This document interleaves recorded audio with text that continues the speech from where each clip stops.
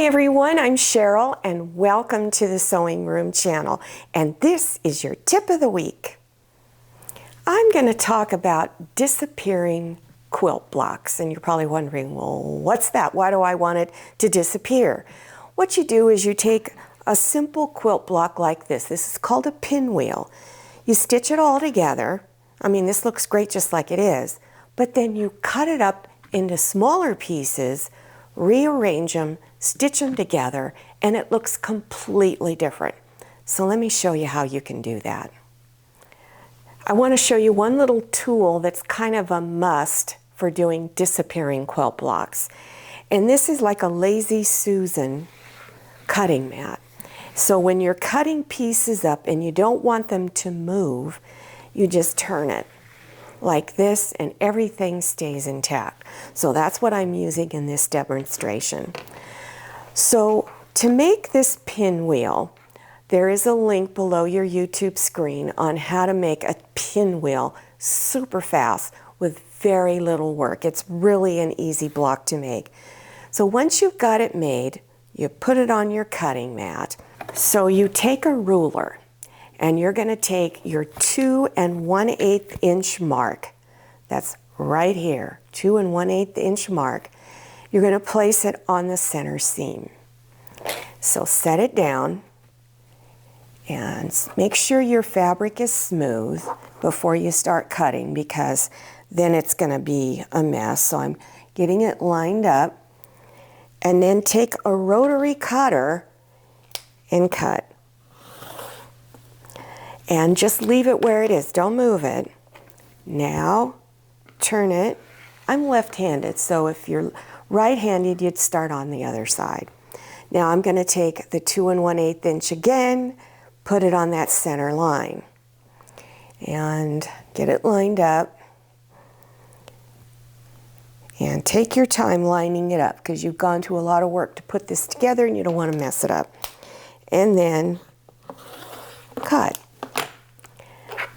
Now you're going to rearrange the block, and this is a really simple rearrangement. I'm just going to pull this apart like this.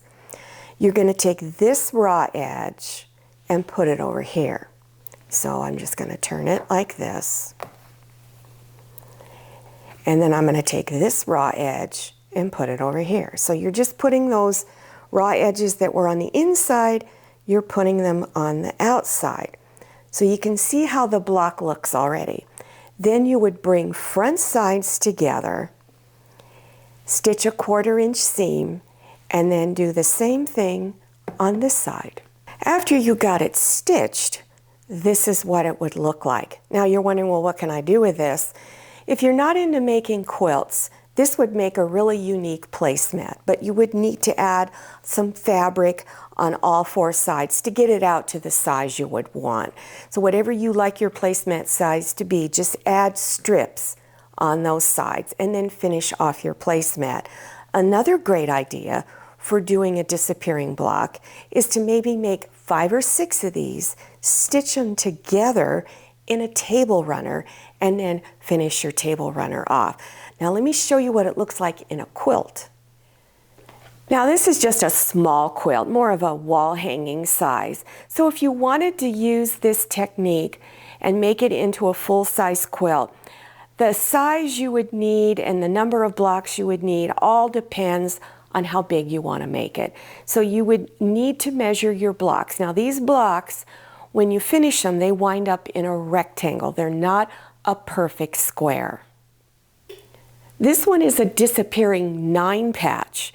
It started out with 9 squares stitched together, and each square was a different color, and then cut up, rearranged, and it came out like this. This is a disappearing hourglass. And look at all these little tiny pieces of fabric. And you didn't have to stitch them individually together. So that's what's so much fun about doing a disappearing quilt block. So the technique I used for making this from start to finish, I started out with 2 10-inch squares, then I wound up with 8 pieces into a pinwheel, and then 16 pieces into the disappearing quilt block. And it's so fast and so easy, and you don't have to worry about stitching all these little tiny pieces of fabric together. Below your YouTube screen in the description section, I will have links to detailed tutorials on how to make all of those disappearing quilt blocks. So just scroll down to the description section and click on Show More or the down arrow, and those links will appear. And also you'll see other links to all the goodies on the wall behind me. I like adding buttons to pillows right in the center, especially when you have a design like this. Now this button is a little small. I probably should have used a larger one, but I want to show you how you can select buttons, stack buttons, and create your own decorative button styles. Large buttons like this can be pretty pricey at times. They can cost a lot. But if you have the right pillow or whatever you're putting the button on, this could really set it off. And I could see this on a really nice, very sophisticated pillow. But we don't all have the money to buy these expensive buttons. These are plastic buttons. And you can buy these in all types of packaging. You can buy them in very large bags. They're called craft buttons. And you can find them at Walmart, Joann Fabrics and Crafts. But sometimes you want a little different look to these plastic buttons. So here's a pillow I'm going to use for demonstration. And look at all these colors in it. On the back, it's a solid color. So I want to create a button that would go with all of this. Now I could just put this one button in there. It doesn't look too bad, but it kind of gets buried in there, doesn't really stand out. So what you can do is take a smaller button and put just a little bit of hot glue around the edge, just a tiny bit, because you don't want to cover up the holes. And glue it together. Now, this button has 2 holes and this has 4 holes. So you would need to select a button that had, for the top, that had 4 holes in it. So once you got them glued together, then you can go up through whatever number of holes you wind up with and stitch it on. To stitch a button on a pillow like this, you need some really strong thread. So what I'm using is crochet thread. It's really, really thick.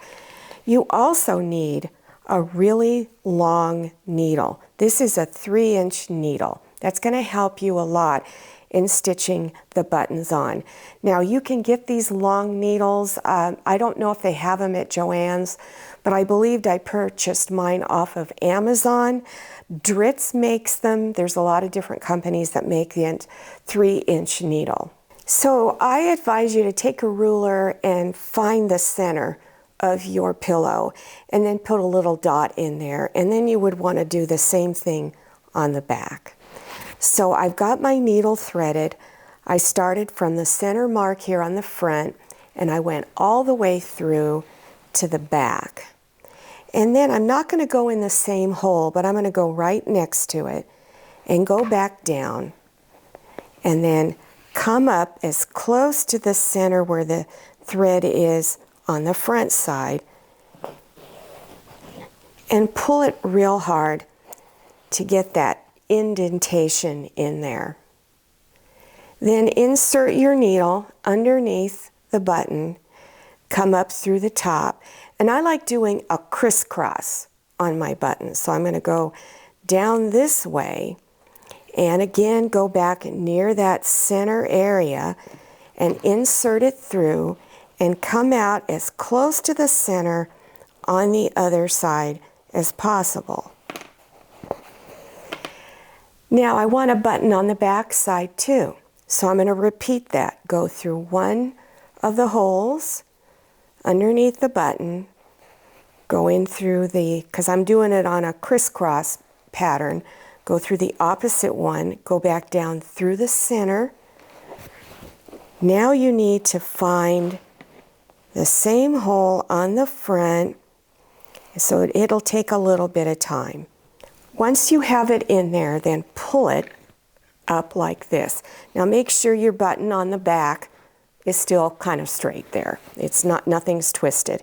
So now I'm going to go back down through the opposite hole again and go through.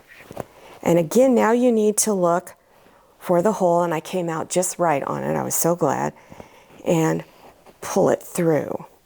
And then go back down one more time. And go through to the other side and come out through the top. Now repeat that process and do the other 2 holes. Then go back down one more time through. But this time you're not going to come through the holes. You're going to lift up the button a little bit and come out through the side of those holes. Now to finish it off, you want to go around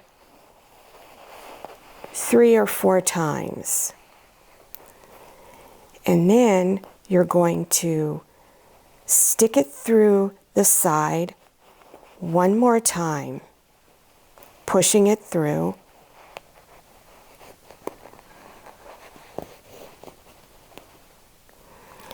And then you're done. Well, I hope you enjoyed this tip of the week and that you've learned something new. And I do hope for those of you who've done a little bit of quilting that you try one of these disappearing quilt blocks, and don't forget to try to use decorative buttons on your pillows. Now, if you're interested in all the items that are behind me and other tips of the week, look below your YouTube screen in the description section, and you will see links appearing to all my tips and, of course, all the items on the wall. And don't forget to follow me on Instagram and check out my Facebook page. Thank you so much for watching. I'll see you next time, and happy sewing. If you like the Sewing Room channel, one of the best ways to show your support is to subscribe by clicking on that red subscribe button and give this video a thumbs up. And don't forget to click on share to share this video with your friends. And make sure you click on the bell so you receive notifications for all my new videos. I'm Cheryl, this is Manny, and this is Scotty. See you next time.